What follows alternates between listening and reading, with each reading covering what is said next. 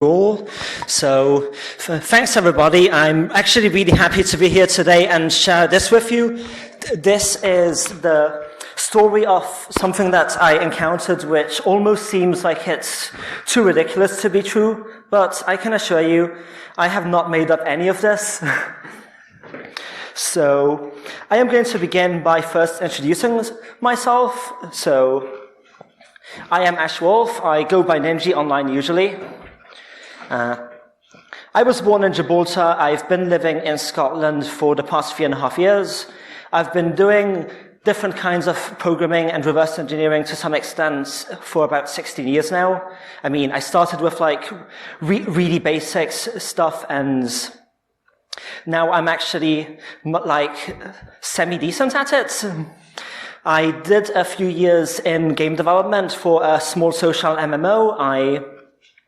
I'm currently in my last year of a degree at Strathclyde doing computer science. And just to give you a bit more of an idea of the things I like and how I got into this whole mess, there's some things I really like: public transit, graphic design, weird old mobile tech, and old operating systems. I have an awful sense of humor, so you will see a bit of that in this talk. But I'm not going to dwell too much on myself. I'm going to start introducing some of this weirdness. So, I have an absolute awful weakness for like weird niche mobile tech, things like old PDAs, like the sort of things you see where it's like, who would actually buy this? Who would actually use this in the year of our Luigi 2020? So, as it turns out, I was looking through Twitter on a nice day in November 2018 while traveling in London when I came across a very interesting proposition. So, imagine this, the Scion Series 5, a PDA from the 90s. Imagine if you combine that with a phone, and then you had like 20 years worth of progress added onto that. And well, this is what I found online. You might have actually seen me using this around the conference today. So, this is one of these like really weird niche Android devices.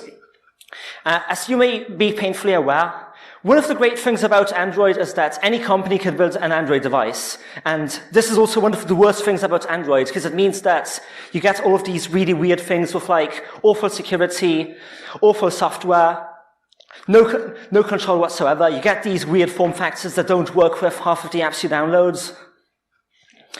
But yeah, I'm just going to describe a bit more about this thing so you know where I'm starting from.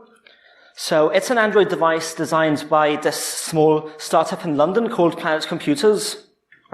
And since it's not really practical for a small company like this to manufacture an Android device by themselves, they partnered up with a company in China called East Aeon. This is an ODM, or original device manufacturer, so they're responsible for some of the hardware design, things like building the boards. They have their factory and they build this. They also seem to have done a lot of the work on developing the firmware that runs on this device. So even though it's all marketed and sold by Planet, this is kind of a group effort between them. And so just to give you an idea of the timeline, they launched the Indiegogo campaign for this in November of 2018.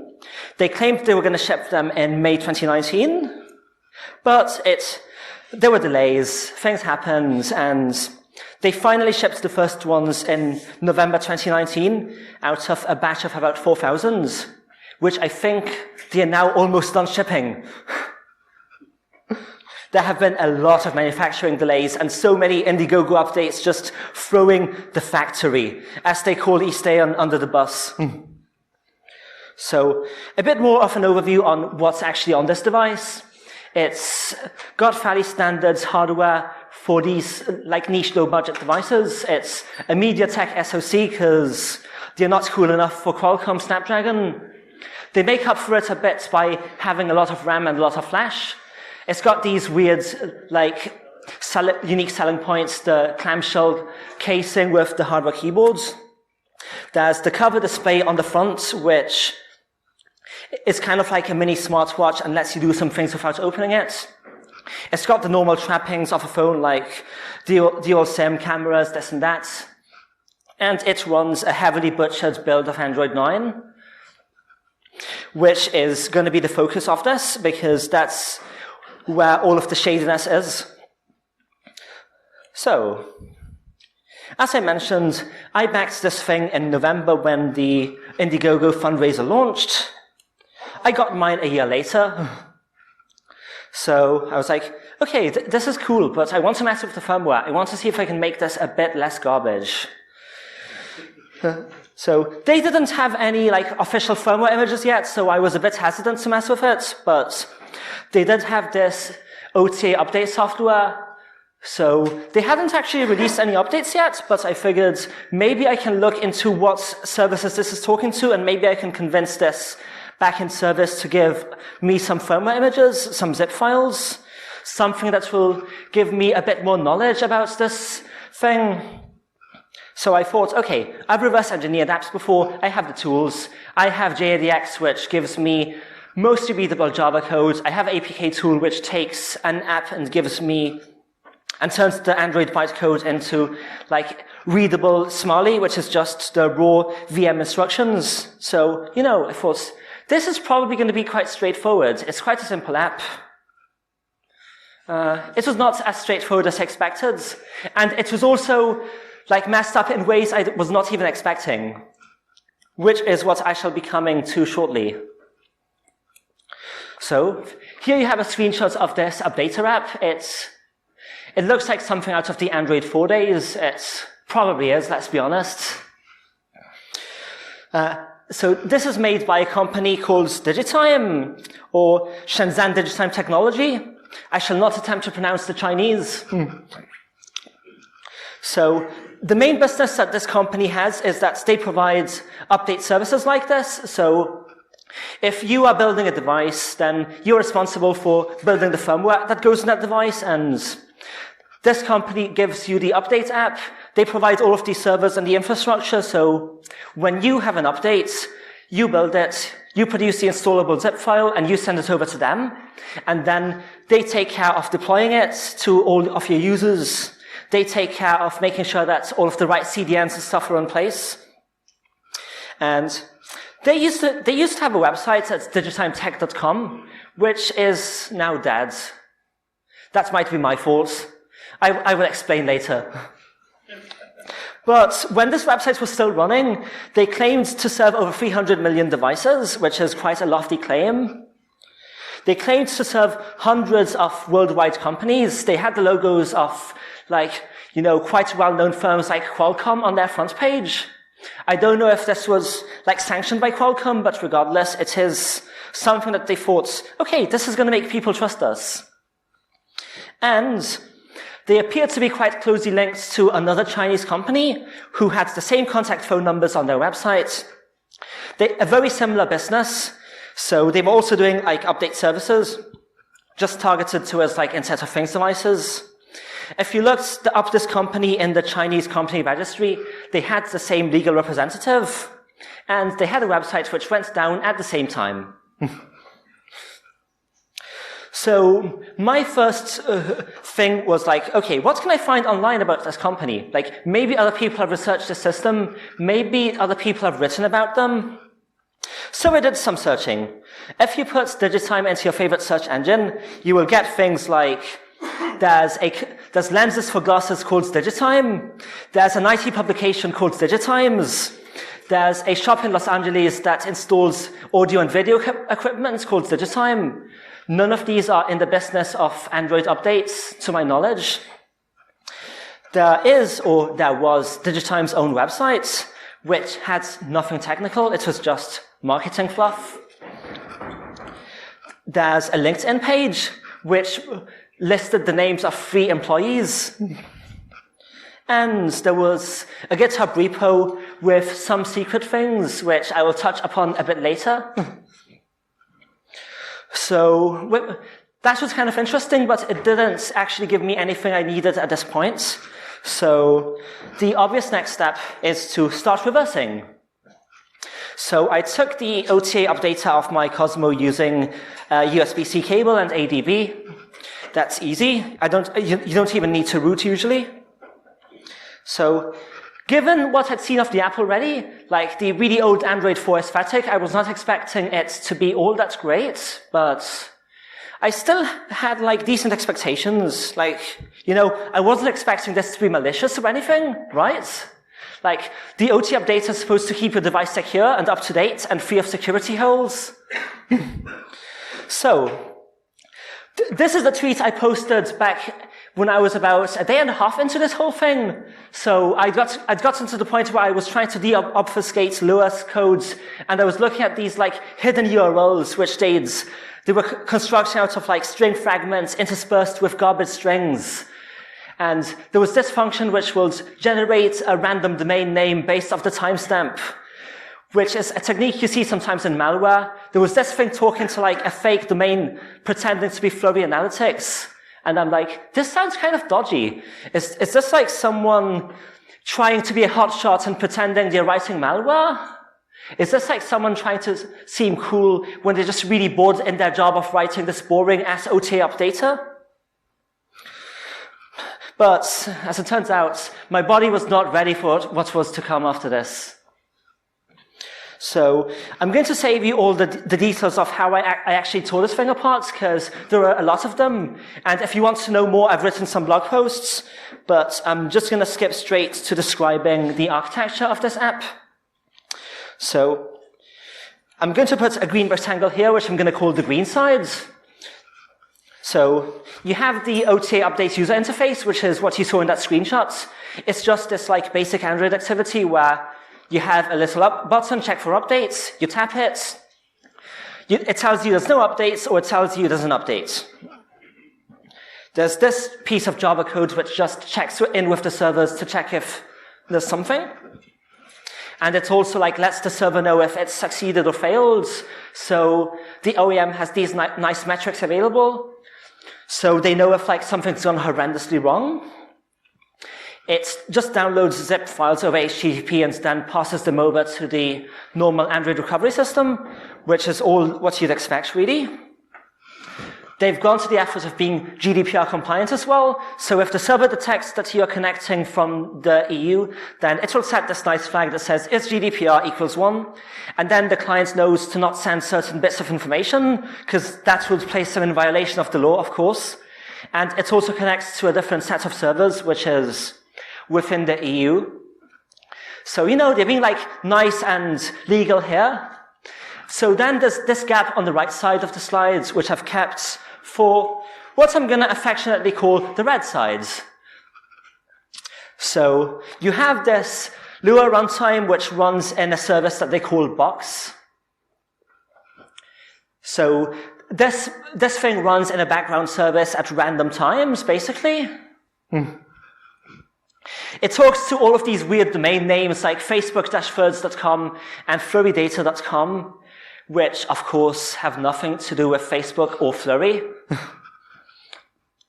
And it downloads packages of obfuscated bytecodes. So there's like this block in the app, and then that block goes and just downloads more of it and runs it. So, yeah, that's a bit weird.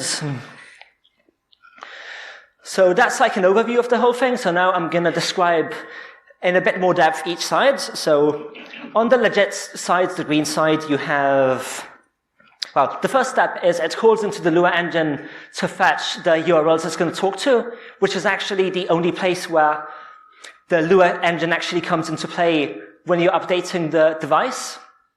And if it detects that you are subject to the GDPR, then it pulls up one of these alternate host names. It gathers a bunch of information about your device, so it gets the model, the firmware version, the updater version, an ID that they use to track the deployment, which is all fairly normal. And then, in certain cases, it also sends some ID information, which is a bit much, I would say maybe, but it's still not something that would make me say, no, this is malicious. No, I just assume that maybe they're being a little bit overzealous and transmitting more information than they might need. They have some really basic XOR encryption using this weird key that's kind of readable and follows this format, which is like 5 characters underscore 5 underscore 5. And you'll see that format again. They send it to the server endpoint, v3 mob check. So the server comes back to the client and returns either a phone ID if this device is doing its first check and hasn't gotten one already, or it returns the update info. And then the client stores that phone ID for future requests. So this is all quite straightforward. This is really all you need for an updater, let's be honest. But that's only covered like 1/2 of it, basically. So then you have the mysterious Lua code on the red side. So I mentioned already this box service. If you open up the APK, there's a couple of zip files containing a package which they call boot. So this contains a whole bunch of obfuscated Lua bytecode files. And this system actually has a few different features. So there's the config module, which they use to store parameters in an encrypted form. So these are things like how long it's going to wait before it checks again, or the URL of the server that it's going to talk to. And these parameters can change based on what the server sends it. So if they decide to move the servers, then they can push this client some new config, and it will replace that field and start talking to this other server. And then there's a few bits and pieces as well, which gather some data like what we saw for the normal updates. And then there's the schedule module, which is just a bit of logic that determines when it's actually going to run and do its dodgy things. I shall elaborate on these dodgy things shortly. And there's a few entry points into this whole system. So there's the bit I mentioned where the actual legitimate OTA code will ask it what servers it's going to talk to. There's this test condition thing, which is some kind of unused debug functionality, which I believe it just updates the parameters so it fires a check-in right away rather than waiting for the timeout to pass by. And then there's the BootEntry, which is what actually happens when this code runs in a background service at random times. So it gets called roughly every 4 hours. It checks to see if it's got one of these worker packages, which is just another block of mysterious Lua code. And it also checks to see if a check-in is due. So it checks to make sure that enough time has passed since the last time it checked in. So I think it's something like, it depends on the version you have, but one of them is 8 hours all the time. And another one, it's every week if you're on 3G data, and every hour, every 24 hours if you're on Wi-Fi.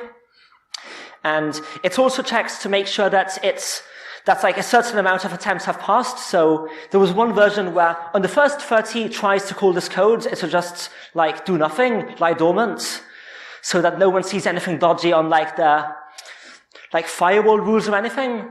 And then after 30 activations, it's yes, this is my time.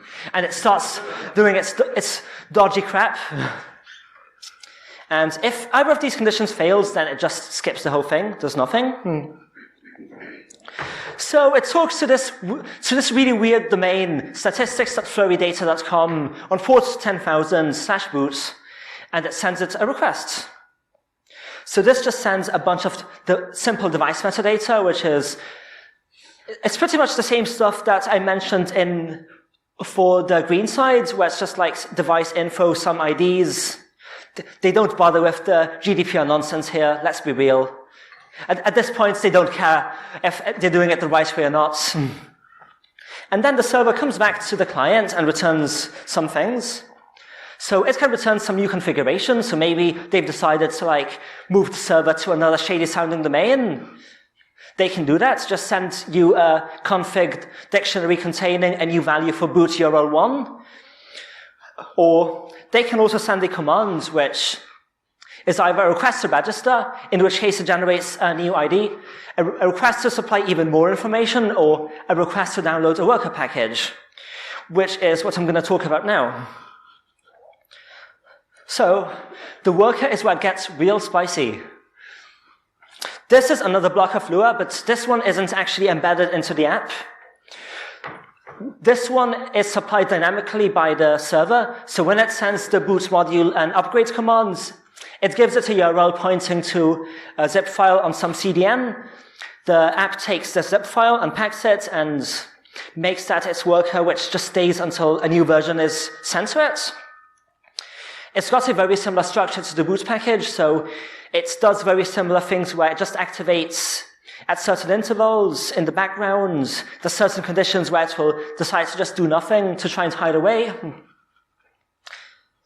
Each worker has a version number, like v1.6, and an ext identifier, which specifies what functions it has. And these kind of run in parallel. So at the same time, they had multiple different versions of v1.6 with different features. So I found a few different ones. There's B, which is the one that I got sent on my Cosmo. So that one sends home some device data, nothing all too weird. And it generates a couple of device IDs and then stores them in like 4 different locations on the file system. And then when it phones home, it also sends this like little field saying, these are the locations in which I found it. And if it finds a mismatch, it also reports that. So I guess they're trying to like catch out people who might delete that data. So if they get rid of one of them, it's like, I still have my other 3 locations. Got you. But there's a couple more versions I found as well. There's I, which gives it the ability to remotely install and uninstall apps. So the server supplies a URL to an APK, and this thing just goes and installs that APK in the background. And for this, it shouts out to the PM commands, which is usually something you would only access if you're like accessing your phone over ADB in debug mode. And there's also the M worker, which is very similar to the I one, but they made it even more powerful. So now it looks at the version of the host app, and depending on that, it calls into one of 4 different Android backdoors.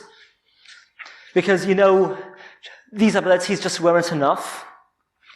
But the really sneaky thing about this whole system is that it just sends the client an upgrade command and supplies an arbitrary URL. So I have no ability to know which URLs they might send. I found these because I got sent the B worker, so I thought, maybe they have other ones. So I just wrote this for loop that pulls down every version number from 1 to 99, every letter from A to Z, to see how many I could find, and I found these 2. But they might have others. Well, no, I know they do have others, because later on they sent me a different one. But it's impossible for me to know without more access to their backend just how many they have. Maybe they've got others that do other weirder things like exfiltrating more data. I just don't know. So yeah, there could be more of them. So when I was looking at this originally, I still tried to give them the benefits of the doubt. Maybe this is one big misunderstanding. Maybe there's a reason for this. Maybe they've got legit reasons to have this thing where they can remotely install apps on people's devices. But then I did some more research. So I found this thread on XDA developers where someone had a Gretel A7, which is one of these weird no-name, low-budget phones. So it's I got infected with malware for a dodgy website. I believe the malware rooted my phone. This is installing apps that cause pop-ups. So that's a little bit vague. But later in the post, they actually have dumps that they've taken off the HTTP requests that install these apps. Like this. So there's a request where it's talking to this boot endpoint on this statistics.throwydata.com domain, which is precisely the one I've seen that this OTA update software talks to. And as luck would have it, the key I found from reverse engineering the app on my device just works to decrypt this blob. So that's one of those decrypted requests from that post where this is one of the payloads that the server sends to the worker. So that's actually using the install command which I saw in the I worker to send it some arbitrary APK. And I downloaded that APK. And it's just this really, really generic adware app, nothing special. But this is really interesting because this is basically proof that this system is being used to deploy adware in the wild. And I haven't actually shown these in these slides, but if you decrypt the other requests that were shown in that post, then thanks to all of the info that the worker system puts into those requests, it actually tags like the specific package ID of the app that this came from, confirming that this came from the OTA updater. So people were actually blaming the Gretel A7 malware on things like the launcher, but no, it was the OTA updater all along. And helpfully, since there's so much data in these requests, this also gives me all the information I need for my script, which talks to the server to pretend to be one of these Gretel A7 devices. So it's given me like the name for the name of the device, the exact model name, the exact firmware version number that the Digitime server expects to see. So I can talk to the server, pretend to be one of these phones, and see exactly what payloads and what random blobs of Lua codes they will give me in 2020. So, yeah, we've got evidence that they use this for adware. What other weird things can I find? If you search for some of these domain names, like the Facebook third one that they use to distribute all of these adware payloads, you get things like these results on urlscan.io, where you can see like one of these worker packages linked. That's actually one I hadn't seen before. And there's like these links to other files ending in RDF. Those are actually just APK files. And sure enough, if you download those, these are just more generic adware. So I actually analyzed a bunch of those because I was curious if I could learn more about their infrastructure, what abilities these things had. They're pretty much just all background services that either spawn ad web views or they just call into like existing ad libraries, like the sort of thing you'd expect to see in like freemium apps, like free-to-play games where you finish a level and it calls into an ad library to pop up an ad for this random game, that sort of thing. They use a bunch of different services and libraries for diversity's sake. Some of them use these weird obfuscators. A lot of them didn't bother. Some of them will actually look at what app you have in the foreground to determine whether to pop up with an ad. Because, you know, if you get a random ad when you're looking at your banking app, then you're probably going to suspect something. But if you get a random ad when you're looking at Facebook, then you're just going to blame Facebook. And it also reads those device IDs that the Digitime worker code stores. So it looks at that ID generated by the Digitime infrastructure, and then it sends that home in its own reports. There's also some sort of kill switch mechanism in it, so that the app can be disabled remotely. It uses these cool encrypted URLs at legitimate-looking domains like androidsecurityteam.club. So there's been a few of these weird domains, so I figured, you know what, let's see if we can find anything interesting on the WHOIS data. So I looked up a bunch of them to find that a few of them were registered to someone called Sango Mori, sat in the address as a large office building in Tokyo, the home to big multinational firms like Fujitsu. So there's things like this old domain that previous versions of the Digitime updater used. There's that side business I mentioned. There's omochain.com, which I saw one of the adware APK samples loading ads from. There were a bunch of other weird domains. I've mentioned a couple of those already. Facebook Thirds, Furry Data, which got registered to Tim Black at myboxholder@Hotmail with a non-existent US postal address, with a US phone number that's too long, in a non-existent zip codes. So there you have it. Stone Street Free, Alabama, in New Jersey, at a non-existent postal code, of course. I don't think PPL LLC exists, but I haven't actually looked. And I'm going to take this moment to shout out one of the really useful tools I used for this. There's a really handy site, which is just viewdns.info, and it gives you things where you can like search to see every domain registered but with a given email address, or just do like WHOIS lookups, and it's got this like really straightforward, no-nonsense interface where you can just like type in things and you get the results, no captchas, no login, whatever. It's actually really helpful. Another tool I used for this was Kudus, which is this sort of Android malware research platform. So they have this massive database with 55 million samples and tons more getting uploaded all the time. So anyone can use it, unlike some of these services. Like, I believe VirusTotal is still a service where only like certain registered researchers can get samples, but this just lets anyone get them. You can set up Yara rule sets, so it will scan all new uploads against the rule sets you specify and tell you if it finds any matches, which is really helpful if you want to find, say, new samples of adware deployed by this one company. So this is an example rule set I made. So it checks to see if APKs meet certain patterns. So like services ending with this SVC suffix I always saw show up, or these like unique strings that I always saw being used, like certain encryption keys. And as it turns out, this actually found me a few. So there's some recent samples that Kudus found based off these rules. The most recent one, that com.perspective.refrigeration app called Frig, was just uploaded to Kudus 2 weeks ago. There's com.impressionists.unfashionable. I mean, can't argue with that sort of naming. They must have spent billions on a marketing firm for that.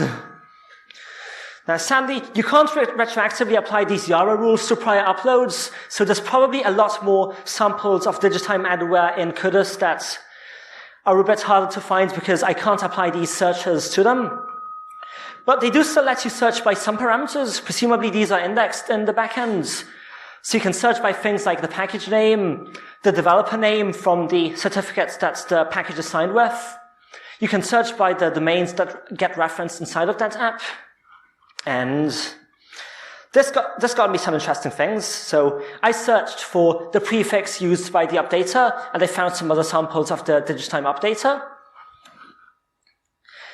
You can search by certificates and find other weird apps like this.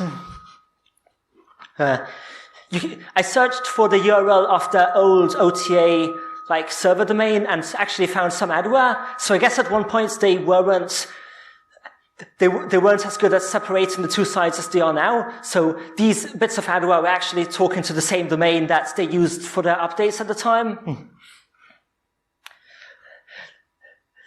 There's this case where like apps with the same package ID and name showed up with different random certificates names.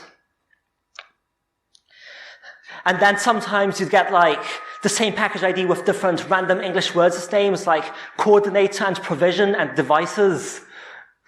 You can see they couldn't even be bothered to put in an icon. It's just the default Android app icon. And then sometimes it's just utter complete nonsense. Like, puzgt.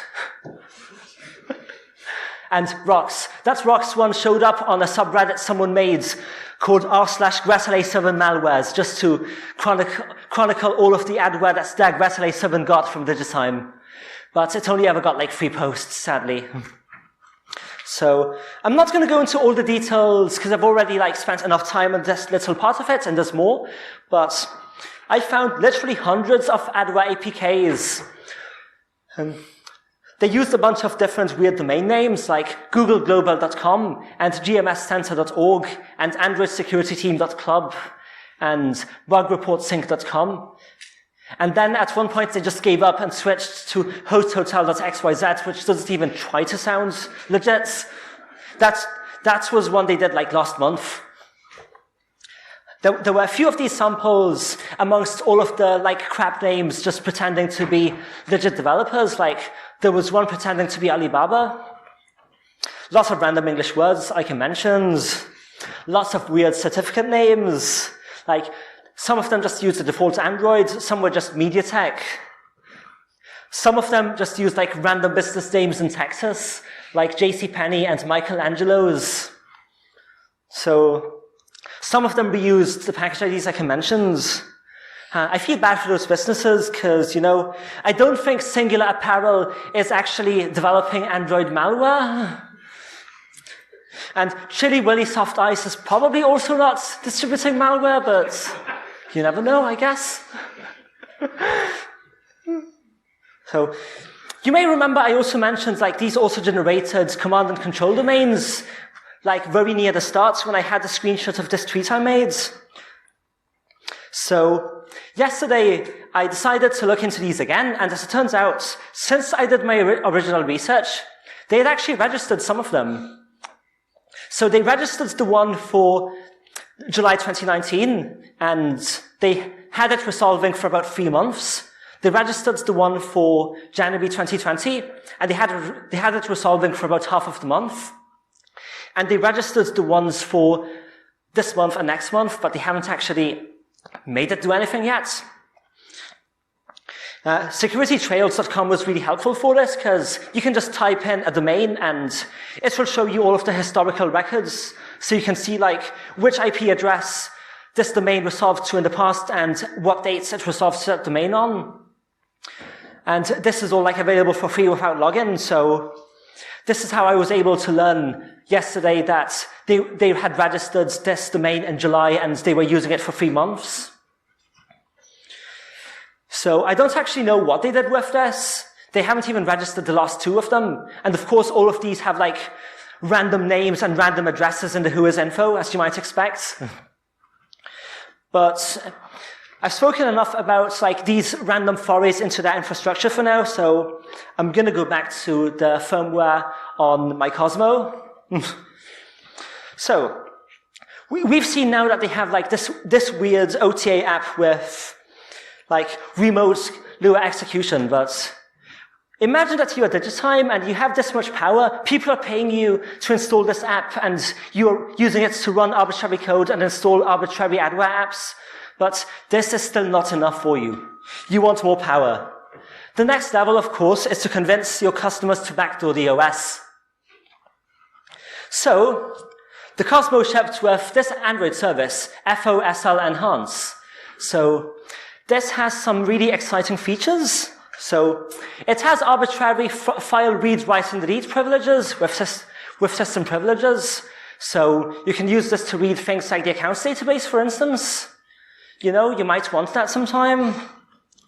You can grant any permission to any app dynamically. You don't even need to restart the app. You just call the method, and that permission goes in right away. The implementation actually just delves into the internal OS structures using Java reflection and messes with them. You can silently install and remove apps in case the PM command isn't good enough for you. You can read phone information into JSON, and they even encrypt it for you, just to make your job easier. And if you need to decrypt it, the key is only 5 bytes, and it's a constant, so you can fetch the last known GPS location of the device, once again without permissions, of course. And there's more, but the rest aren't even that interesting. And, so even if you give this backdoor to OEMs, you want to make sure that they actually use it. You wouldn't want them to leave it out. So the OTA updater only works if the backdoor is there. It doesn't use any of those features. It just calls the one method that returns the version number. And if that method fails, then it won't install updates. So that's the incentive for the OEM to keep the backdoor in. So I'm going to show you how this is secured, how they stop people who are not Digitime from using these really powerful features. So it takes in a string, which is passed when you call the function, and it compares it against this thing, WHOIS TEOPCK, and if you don't pass that string, it logs check UID not pass, and it throws an exception. So, if you ever want to use this backdoor, you just have to pass that string, and you can do whatever you want. So on the next 3 slides, I'm going to show you how little code you need to exploit this. So here's a few lines of Kotlin which use the Android remote thing to call into one service. So this is the getService method that returns another binder, which is Android's well, one of Android's mechanisms for letting processes talk to each other. So you call that to get one binder. Then you use that binder and make another remote method call. So you pass that key and you pass some data. And then, once you have these two tools, you can use them. Grant permissions, package name, list of the permissions you want, and now you can use those features. You don't even have to declare those permissions. You don't have to get the user to agree to them. Just use the backdoor. It's easy. Thanks, Digitime. So I'm going to summarize where we're at so far. So we have this updater with a hidden service that executes arbitrary Lua. We've seen evidence that they've used this to deploy adware already. We've seen some fairly conclusive evidence that this is either developed by the same people or heavily tied to them, considering how much shared infrastructure there is, like internal IDs being generated by the worker system and then being used by the adware to phone home. We've seen that the variant on my Cosmo also shipped with an Android backdoor.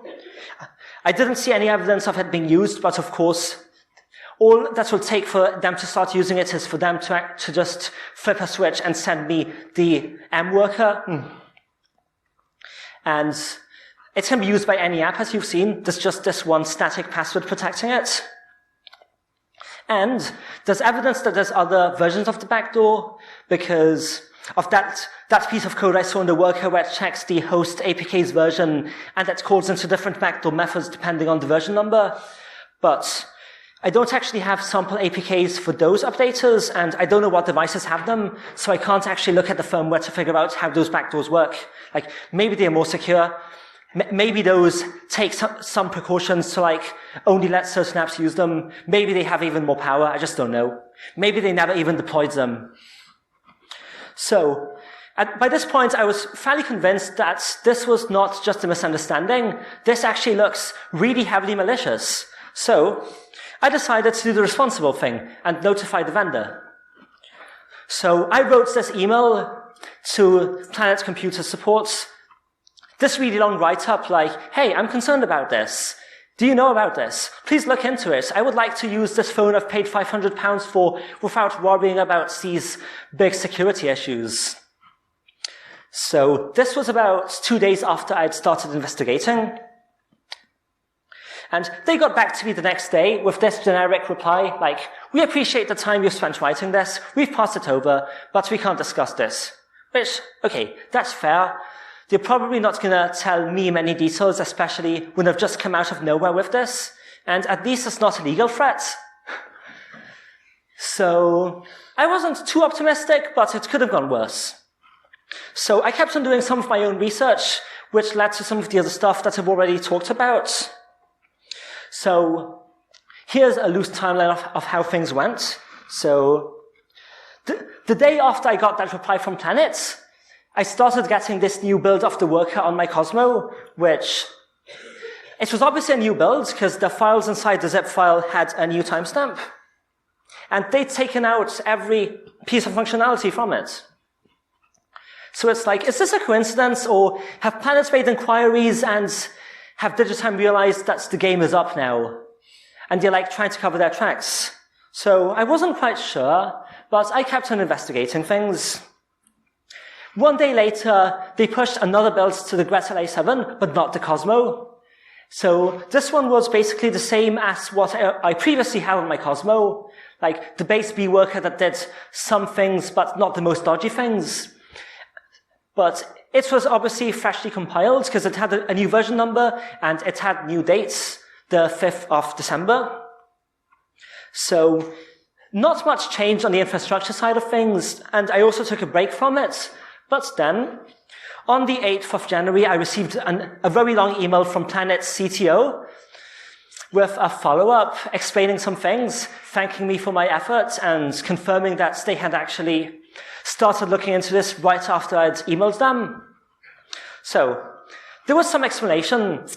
The reason they went with Digitime was because it was suggested by East Aeon, the ODM, and the reason that East Aeon used Digitime and not the Google updater is because they are in China and usually cannot ship devices with Google services, so of course they have to look for alternatives. But he also said that East Aeon had a good relationship with them and had never had any issues and recommended them. So Planet was entirely unaware and really shocked to find out that this company they trusted was actually betraying the trust of all of their customers. You know, as like this small startup who has been battling with lots of PR issues and being betrayed by the factory on things like schedules, the last thing you want is to know that your update provider is also screwing with you. And after some badgering, Digitime agreed to remove the backdoors. I also noticed that the same day the boot server stopped working, which is the one that the starting Lua package uses as a bootstrapping point to download more things. So I need more space because there's just so many events.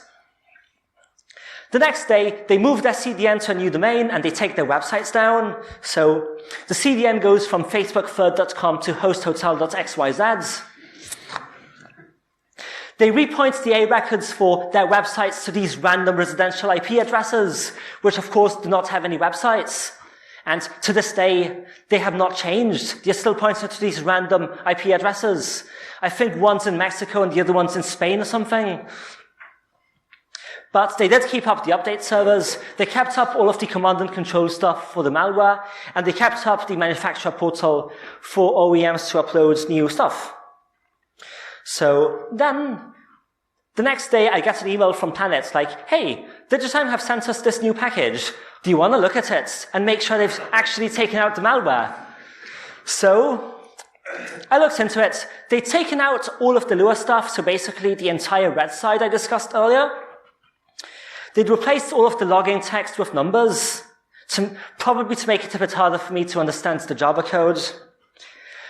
They'd kept the OS backdoor, but all of the features were gone, so it just sits there and does nothing, which, fine, okay, you can do that. That works. And they also took out all of the GDPR compliance stuff and just made it operate in the maximum privacy mode all the time. Okay, fine. That's an improvement.